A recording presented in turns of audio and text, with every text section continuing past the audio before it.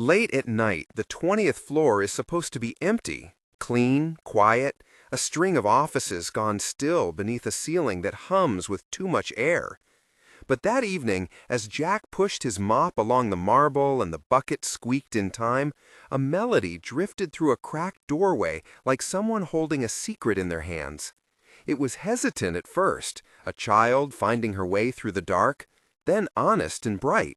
A few wrong notes, then something delicate that tried to become whole. Jack froze with his mop halfway to the corner. For years he had tried to keep music behind a closed door, as if sound could let grief leak out where he could not control it. Music had been a life once. Military orchestra, uniforms, travel, the small, steady pride of a man who could turn a piano bench into a home. After Mara died, he had put the piano under a dust sheet and taught himself how to breathe without the chords that used to name the rooms of his life. He had learned to move through silence. The notes pulled at something that had been asleep inside him. He stepped closer to the doorway and peered in without permission. The room was small, clinical in its corporate neatness. An upright piano by the window, a lamp with a warm halo, a scattering of music books. A girl sat on the bench. She was slight and sure, blind eyes turned toward a place music shows but the world does not. Her fingers stumbled, then found a line again, and there was honesty in the way she listened for her own next step. A thin bracelet flashed on her wrist as she moved, silver, worn soft at the edges. Jack read the tiny engraving without meaning to. Here with your heart. The sentence hit him like a chord resolving. For a moment he could not breathe around the memory of Mara's laugh, the way their hands had fit on the keyboard. He had kept a similar bracelet after the funeral, because some things should be kept near the pulse, even when everything else felt nowhere to rest. He opened the door. The girl didn't startle. She continued, as if the room had been full of visitors all night.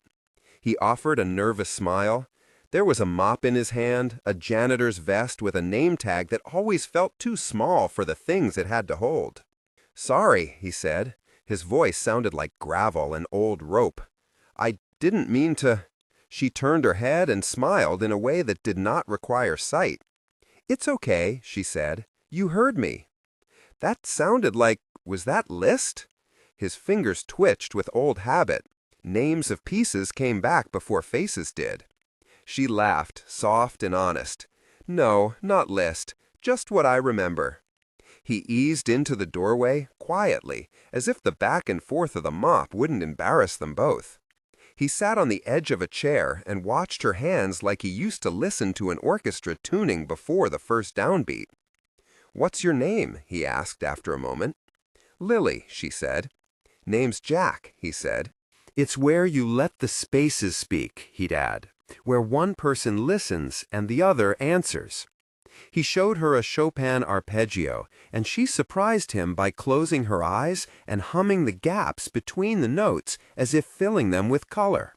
He played little standards he remembered from the bass, slow marches that used to feel like home. She brought in songs she remembered from radio, snippets she had heard and carried like seeds. He would help her plant them across the keys and watch them bloom into something new. Their hours together were punctuated by quiet confessions. Lily spoke sometimes of school, a place where others saw what she could not and leaned toward discomfort. She told him of days when teachers misread impatience for inability, and of classmates who didn't know how to quiet their pity. Jack listened with a father's instinct, protective, gentle, sometimes clumsy with tenderness. He taught her how to fix a metronome, how to find a beat by tapping his knee, how to close a passage with confidence that did not sound like fury. For Jack, the music eased the ache of loss without promising that the ache would vanish. After nights of risible tunes and careful lessons, he went home to his son Owen and felt like a man coming back from a bridge he'd been afraid to cross. He hummed while making dinner, He started to sit at the piano at home sometimes, letting his fingers remember chords without the old demand that music erase everything. He told Owen stories about the soldier days and left spaces for the boy to ask questions. They both found a new rhythm around bedtime: quiet, a small smile as Jack tucked a blanket, the hum of the building far below threading through the night. Weeks eased into a routine that felt fragile and necessary, and then the building's rules made themselves visible. The night it happened, the music room door had been left open. Jack and Lily were working on a duet. One would take the melody, the other the counterpoint, and for 5 minutes there was a sense of equal weight. The lamp's glow pooled warm across the sheet music. Jack showed her a small trick to stagger a phrase so it did not feel crowded, and she laughed when it clicked. They didn't hear the footsteps until they were inside the room, the heavy official tread of someone who carried badges and policies like armor. Richard stood framed in the doorway, tie knotted like a noose, eyes hollow with the duty he had carried as a manager as long as the building had been open. "Mr. Rowan," he said. His voice had the bluntness of someone who thought rules were not conversations. Jack wiped his hands on a rag as if it would explain what his heart could not. "We were just—" "Using company property without authorization," Richard cut in. "You know the policy. I have to report this." He made the formality reverberate like a gavel. Jack felt an old sense of wrongness, the sting of being reduced to a label. A janitor, a name tag, a liability. "She's a child," Jack said. "She's the building's tenant's daughter. She has a right to practice." "Security concerns," Richard answered. "Liability, protocol." Lily did not speak at first. She sat very small on the bench, and the bracelet on her wrist made a small sound when she moved. Her fingers went to it. Jack saw something like a child's armor in the gesture. "Please," she said, very simply, "please don't." There was pleading there that was not dramatic, but the exact, direct request of someone for whom the question mattered. Jack felt his chest tighten. He was a man who had few places to go for help. This job held the spine of their life right now. Owen's school fees, groceries, a leaky faucet. They were all small monsters requiring money to tame. He thought of his son's nightlight, the way the boy's eyelids drooped, waiting for the sound of footsteps to tell him the world was good. Richard put his hands in his pockets like a man protecting a paper cut. "I have no choice," he said. "It's policy. I'm sorry, but I'm going to have to let you go." The words fell, and the room rotated slightly off its axis. Jack's first reaction was to try to make the argument, the risk of Owen's future, the weight of a job lost. He opened his mouth, and nothing that could undo the decision came out. Lily slid forward on the bench. She reached into the small pocket of the cardigan she wore and pulled out a tiny folded scrap. Her hands were calm. "Hold this," she said, placing the folded paper, his number and the time they had agreed, into his palm. "Keep in touch," she added, though it sounded like a promise too big for a child to make. Jack closed his hand over the scrap. Her fingers brushed his, and the bracelet clinked against his thumb. Then she did something that surprised them both. She unclasped a small silver bracelet from her wrist.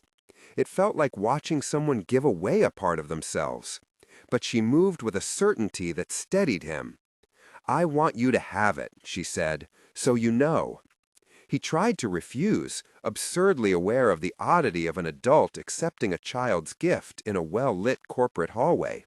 He was the janitor. He was the one leaving. He didn't think a keepsake should be part of severance. But Lily's hands were steady, and the bracelet slipped into his palm like a benediction. "Don't take this because I'm leaving," she said, and her voice had a depth that put a notch in him. "Take it because you stayed." He wanted to ask her what she would do without it, why she would give away something that meant she kept her mother close. But there wasn't the time for questions that night. Richard squared his shoulders and printed the paperwork, as if truth could be laid out on an office form. Jack packed his few things with the muffled grace of someone who had rehearsed leaving and found that rehearsals had missed the feel of the real thing. He left the building with the bracelet wrapped around his wrist and something heavier than a layoff lodged in his throat. When he walked into the night air, the sound of music receded like a drawer closing. Lily's note was folded into his pocket, and the bracelet lay bright and cold along his skin, the engraving catching the light, "Here with your heart." He took another job that paid less. It was work with different hours and the same dignity, but the loss hit Owen's homework and the dinner table. Still, Jack found that the city had a way of moving on without asking permission from grief. Pigeons would roost, buses would cough, and at home his son would ask for a bounce ball story before sleep. He kept Lily's note folded in a worn wallet and the bracelet on his wrist like a small lamp.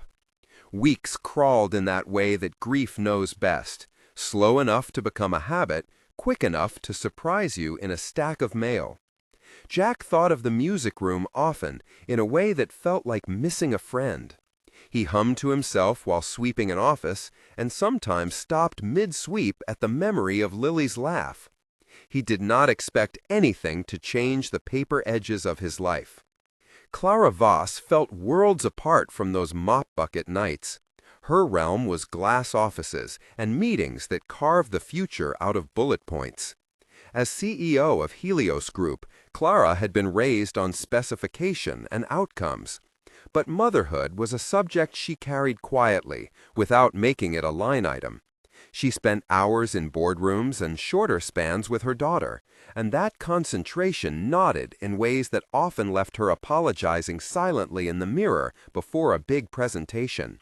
When Clara came home, it was to a house that did not look like the boardroom, but some of the same rules applied: schedules, precision, expectation. Lily was her daughter in a way that filled rooms and left other rooms empty. Their love was precise and tender, threaded with the distances professional life demanded. Clara had bought Lily the small silver bracelet the year she turned 6, a purchase made one rainy afternoon in a shop where small things felt like oaths.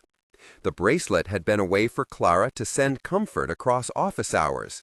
The engraving, "Here with your heart," was a phrase she had chosen because it felt like a hand on a small shoulder while she was away. She did not know that the bracelet would ever leave Lily's wrist. Clara had been traveling that month. Meetings, a product launch, a keynote where she had to turn authority into a narrative people could follow. She told herself she was building something for the future that would one day mean more time, an old promise to her daughter.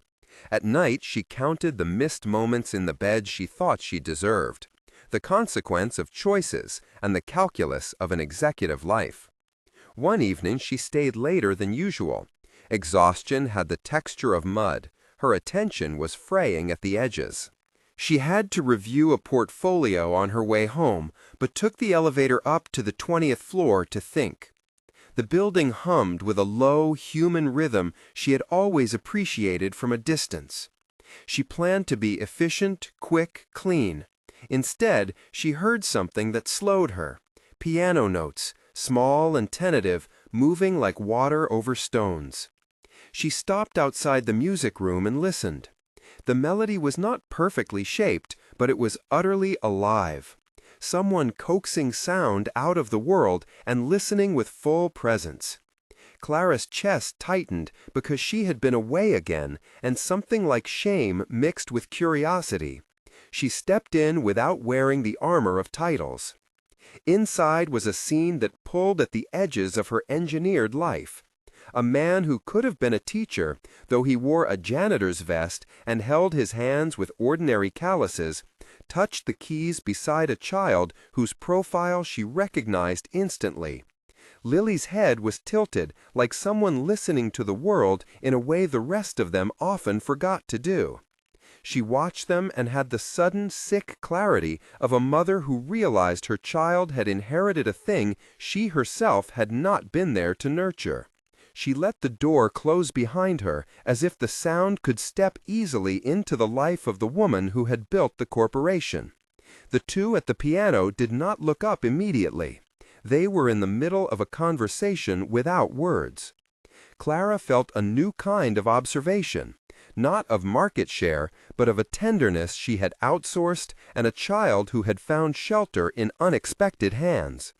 The sight of the small silver bracelet at Lily's wrist sat like a quiet accusation against her chest. Clara had bought that bracelet in a shop, had engraved those words, had meant them like a promise. Seeing them on Lily's wrist without her there felt like a ledger with a line gone missing. She stepped into the light. The man looked up, surprise thrown across his face as if he had expected results he didn't have. Jack's jaw tightened when he saw her. There was the recognition of someone who had been generous out of what little was left to give, unexpected to the person in power who had a different vocabulary for kindness. "Clara," he said, the name like a small bell. She did not present the expected executive. Her voice softened, a woman surprised into honest parental worry. "My daughter," she said, she's incredible." Lily's small head turned toward her mother's voice, and in that pivot there was the simplest act in the world, a child returning to a parent's name. Clara took in the evidence, the way they had leaned toward one another musically, the folded note in Jack's hand, the bracelet at Lily's wrist. But there was something else that tightened the scene. The memory of the building's staff ledger and the face of a manager who had been following policy with more zeal than compassion. "Richard," Clara said, and her pulse settled toward a certainty. Richard stood in the doorway with a clipboard, the station of corporate duty clinging to his shoulders like a uniform. He had processed Jack's firing earlier. Jack had left with the bracelet and the little paper and a world just slightly more fragile than it had been that morning. Clara swallowed a moment of self-reproach. She had been busy as an executive, and that busyness had created blind spots the very size of a child's world. She felt the quick, fierce, protective clarity of a mother who realized a small thing had been let go unattended. "Why was he dismissed?" she asked, without negotiation. Richard explained in policy litanies about unauthorized use, after-hours restrictions, liability. Each justification sounded flat against the quiet music that filled the room. Clara listened, each point filing in a place that could not hush the sound of a child learning to be brave. She turned then, not to Richard, but to Jack. She looked at him not as a number on a contract, but as a person whose small acts had kept something alive. "I'd like to speak with you," she said, "now." What followed was not the public spectacle of a CEO berating a manager. Clara had a different kind of correction in mind. She led Richard down the corridor and did what Clara had rarely done in full view. She used authority to fix what authority had broken. She called an impromptu meeting in the glass-walled conference room filled with the river-smooth faces of people who lived by reports and forecasts. She told them, succinctly and without fanfare, that she had been listening. She described what she had just seen, a child and a teacher, a duet that had nothing to do with titles and everything to do with presence. "When our people do the right thing for reasons that have nothing to do with the ledger, we need to see them," she said, the sentence clear enough that the room quieted. "We are better than our policies when those policies forget the people they're supposed to serve." Her correction was not theatrical. It landed like a door that needed to be opened. She announced Jack's reinstatement in a new role, one that recognized the talent and heart he'd shown, and that would allow him to continue the work he had begun. She explained that Richard would be reassigned to a role that matched his skill set but required different judgment. And she made it clear the company would launch a music education program for children with disabilities as part of the Helios Foundation. The room exhaled as if a lesson had landed. It was not vengeance, it was responsibility, and that made it stick. People murmured. Someone clapped, because good decisions invite applause. Richard looked like a man who had been found wanting in a place that mattered most to him. He didn't protest. The correction was public, crisp, and proportionate. Jack couldn't find words that glowed with the right color. He had been a man who had lost more than a job in those previous nights. The firing had felt like a ruler across his life. Now a woman of considerable influence had folded the string back into a bow for him. He felt small and enormous all at once. Clara walked up to him afterward, and from the pocket of her jacket took out a small thing. It was Lily's bracelet. She had seen the bracelet on Lily's wrist, noticed it had been removed, and had followed the clues that led her to understand the whole story. The folded paper, the face of a man who loved music enough to risk something that had cost him. There was a private note in the act of taking the bracelet and bringing it before him. She had clasped it on his wrist herself, a private apology that would be visible to the world.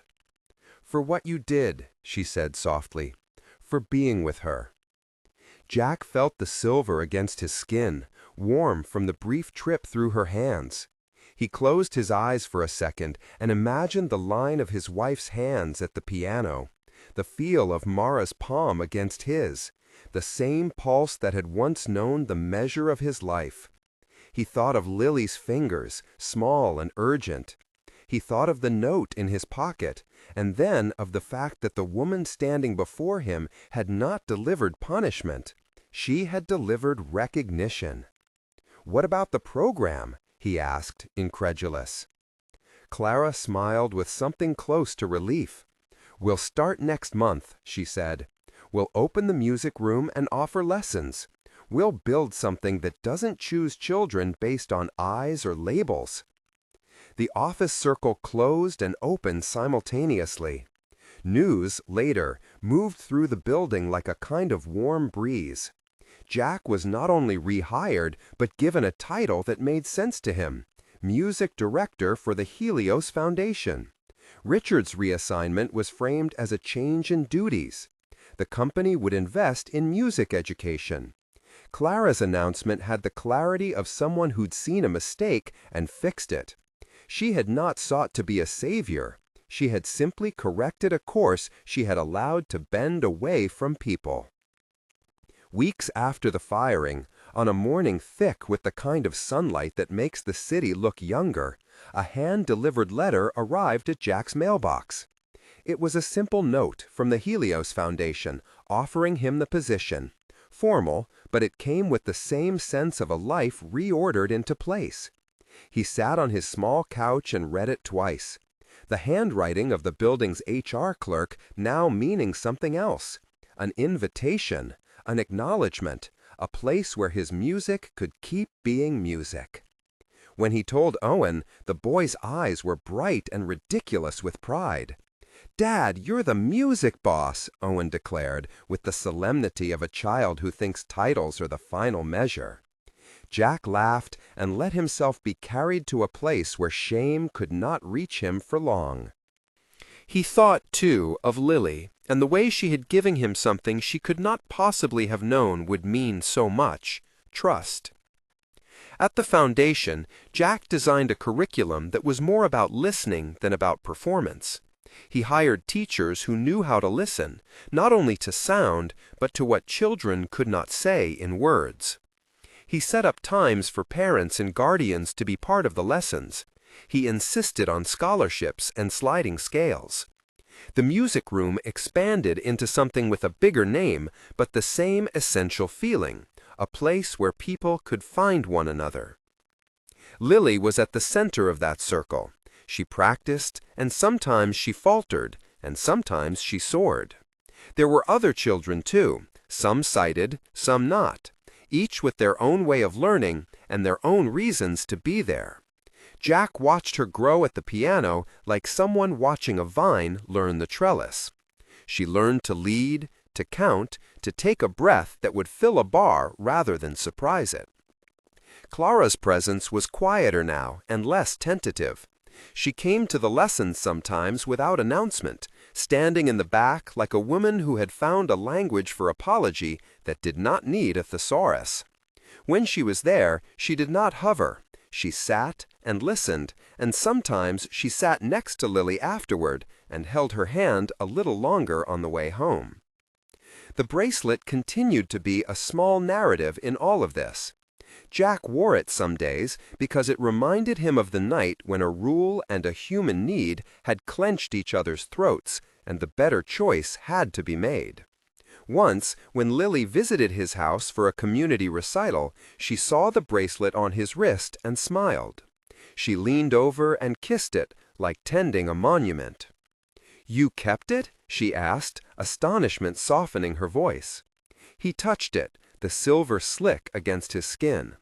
"You gave it to me," he said, the simplicity of the sentence carrying the weight of gratitude and the smallest kind of wonder. She considered this, and for a fleeting second, something like a grown-up understanding came over her face. She reached up and tapped the bracelet of its engraving, tapped the tiny letters as if they were a name. "Here with your heart," she said, "you really are." Jack felt a warmth run through him that had nothing to do with the weather. There were times when small tokens were the only way to pass back what had been given. The Helios Foundation's music education program took small steps: drum circles for kids who liked rhythm more than melody, voice classes for the timid, and tactile lessons for children who met the piano as if it were an animal to be known by touch. The staff learned to adapt charts and scores to Braille and to teach pedagogy that asked students to compose in textures rather than strict sheet lines. The classes were messy in the best way, full of wrong notes, giggles, silence, and the steady work of becoming. Meanwhile, Richard learned his own lessons. He was reassigned to a task that fit his strengths, logistics, and scheduling, but without the final authority to make decisions that impacted people's lives in ways he had not been trained to hold. He was not destroyed for his mistake. He was given a place where his skills could be useful without injuring others through unexamined application of rules. People watched the change at Helios nearly as much as they watched what happened in the music room. Word spread outside the building, and soon there were donors interested not in the headlines, but in the quiet practice of helping children find their voices. Clara's speech at the program's opening had no flourish meant to flatter herself. She spoke of responsibility, of the small ways a company can misstep when it values efficiency over people, and of a child's ability to make grown-ups finally notice. Jack found himself in rooms he had never expected to be in. Quiet council tables, donor lunches, and a new office where a piano bench sat like an unspoken invitation. He still pushed a mop sometimes because the world needed that dignity, but most days he was teaching, arranging, and listening to the way children discovered themselves in sound. 1 year after that first late-night duet, the foundation organized a concert in a small hall with lights lowered to a respectful glow. The hall had once been a sterile conference space. Now it hummed with banners and chairs, and the smell of polished wood warmed by people who had come to hear a story told by hands and keys. Families filled the seats. Staff from Helios sat in a row with patrons who had been moved to support the program. It felt like a town in miniature. People who had been strangers the week before now connected by a shared attention. On stage, 2 pianos faced each other like conversation partners. Jack stood to one side, waiting in that strangely vulnerable posture teachers get when they've put everything on a student's test and then wait to see what will take shape. Behind him, a program noted the students' names with the brief biographies of where each child had begun, a list of small struggles, and a map of progress. Lily sat at the center piano with a concentrated face that had grown into something like grace. Her fingers hovered and then landed, and the room inhaled with her. She started with an original piece she had worked on, something that tasted like the city if it had been distilled into music. There were echoes of the first pieces she had learned and the arpeggios Jack had shown her, but there was also something purely hers, a motif that rose like a question and returned with answer like certainty. When she finished, the hall stayed very quiet for a beat that felt like someone painting slow with sound. Then applause rose, but it was different from the polite clapping of a social obligation. It was the kind of sound a crowd makes when it recognizes itself in another, affirming, almost tender. Clara sat in the front row, a small smile that was not performative warming her face. She had a program folded in her hands, and she watched Lily as any mother does when the child suddenly contains more than you think you had the right to ask for. When the applause subsided, Clara rose unexpectedly and approached the stage. She did not rehearse any speech. She walked to the piano and, with the kind of simple intimacy that had once been eclipsed by the demands of her job, she clasped the silver bracelet around Jack's wrist again. Jack felt the metal cool and then warm, the inscription catching the stage lights. "Here with your heart." He looked up at Clara. "Thank you," he tried to say, but the words felt beneath the moment. "No," Clara said. Her voice had an edge of a woman who had learned what leadership really means, to acknowledge those who do the work of seeing. "Thank you for being here with her." The scene was small and enormous at once. Clara had a company role that could make policy. She also had the private role of a mother who had, in the end, chosen to notice. She knelt slightly to place the bracelet, an heirloom of apologies and gratitude, onto the man who had given his time without asking for the right title. Jack slid the bracelet up his wrist. It fit like a familiar rhythm. He thought of Mara and of his son, and of the way grief sometimes unravels into a new pattern you learn to read with different fingers. He thought of Lily's gift and of the fact that the small silver thing had bridged the world between a janitor and a CEO. He had helped a stranger, he realized, and weeks later, the stranger turned not out to be a stranger at all. Outside the hall, the reception hummed. People moved in small groups and spoke in the soft way one speaks where genuine things have happened. Jack found Lily amidst the throng. She had the confidence of someone who had been discovered by their own voice. She bumped his shoulder like a sailor marking a knot and said, "We did it." "You did it," he corrected gently. She grinned. "We."